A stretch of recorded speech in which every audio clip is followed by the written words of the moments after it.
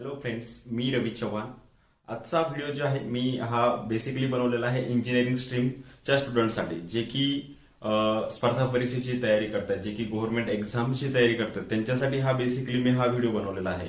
जे जर तुम्ही बघितलं, आता सध्या नाशिक महानगरपालिकेमध्ये इंजिनिअरिंग स्ट्रीमसाठी ओपनिंग निघालेली आहे. जर तुम्ही बघितलं त्याच्यामध्ये बेसिकली मेकॅनिकल, इलेक्ट्रिकल आणि सिव्हिलसाठी ही ओपनिंग आहे. जर तुम्ही बघितलं त्याच्यामध्ये एज्युकेशन क्रायटेरिया जर बघितलं तर त्यांच्यासाठी ग्रॅज्युएशन कंपल्सरी आहे, जे की इंजिनिअरिंग बॅकग्राऊंडमध्येच असलं पाहिजे. नॉन टेक्निकल स्टुडंट याला अप्लाय करू शकत नाहीये.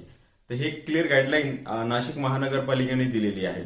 आणि हा जो फॉर्म आहे आपण नाशिक महानगरपालिका यांची जी ऑफिशियल वेबसाईट आहे याच्यावरच फिल करू शकतो.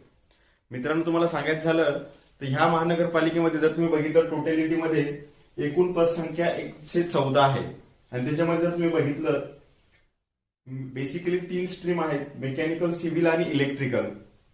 याच्यामध्ये जे पोस्ट आहेत, कोणकोणत्या पोस्ट आहेत त्याच्यामध्ये जर बघितलं असिस्टंट इंजिनियर मध्ये जर बघितलं मेकॅनिकल साठी 4 ओपनिंग आहेत, सिव्हिल साठी 15 ओपनिंग आहे आणि इलेक्ट्रिकल साठी 3 ओपनिंग आहे.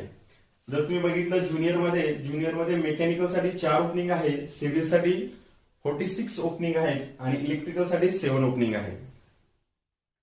जर खाली बघितलं आपण असिस्टंट ज्युनियर इंजिनियर, याच्यामध्ये जर तुम्ही बघितलं मेकॅनिकलला एकही जागा याच्यामध्ये नाहीये, पण जर तुम्ही बघितलं सिव्हिल मध्ये 24 ओपनिंग्स आहेत आणि इलेक्ट्रिकल मध्ये 3 ओपनिंग्स आहेत. जर तुम्ही बघितलं ह्या ज्या पदसंख्या आहे याच्यामध्ये बेसिक जे स्केल असणार आहे की पेमेंट असणार आहे, हा स्टार्ट होते 29,000 पासून ते 1,32,000 पर्यंत. मित्रांनो, सॅलरी याच्यामध्ये मॅटर नाही करत आहे. तुम्हाला एक जो चांगला जॉब आहे तो या महानगरपालिके थ्रू भेटणार आहे. सॅलरी जसं आपला एक्सपिरियन्स आहे तो वाढत असतो. जसं जसं एक्सपिरियन्स आपलं जातं त्याच्यानुसार आपल्याला माहिती आहे, जसं जसं गव्हर्नमेंटचे वेतन लागू होतात त्याच्या अकॉर्डिंग आपली सॅलरी वाढत असते. तर हा गोल्डन चान्स आहे. याच्यामध्ये जर आपण प्रिपरेशन व्यवस्थित केलं तर नक्कीच याचा फायदा आपल्याला भेटणार आहे. आणि याची जे फॉर्म आहे फिल डेट करण्याची आहे, जी लास्ट डेट आहे ती आहे 16 डिसेंबर. जर तुम्ही बघितलं ऑलरेडी याची जी डेट आहे ती पास ऑन झाली होती, पण गव्हर्नमेंटनी याला एक्सटेंड केलंय जेणेकरून जास्तीत जास्त विद्यार्थ्यांना याचा फायदा व्हावा, याच्यासाठी ही डेट वाढवलेली आहे.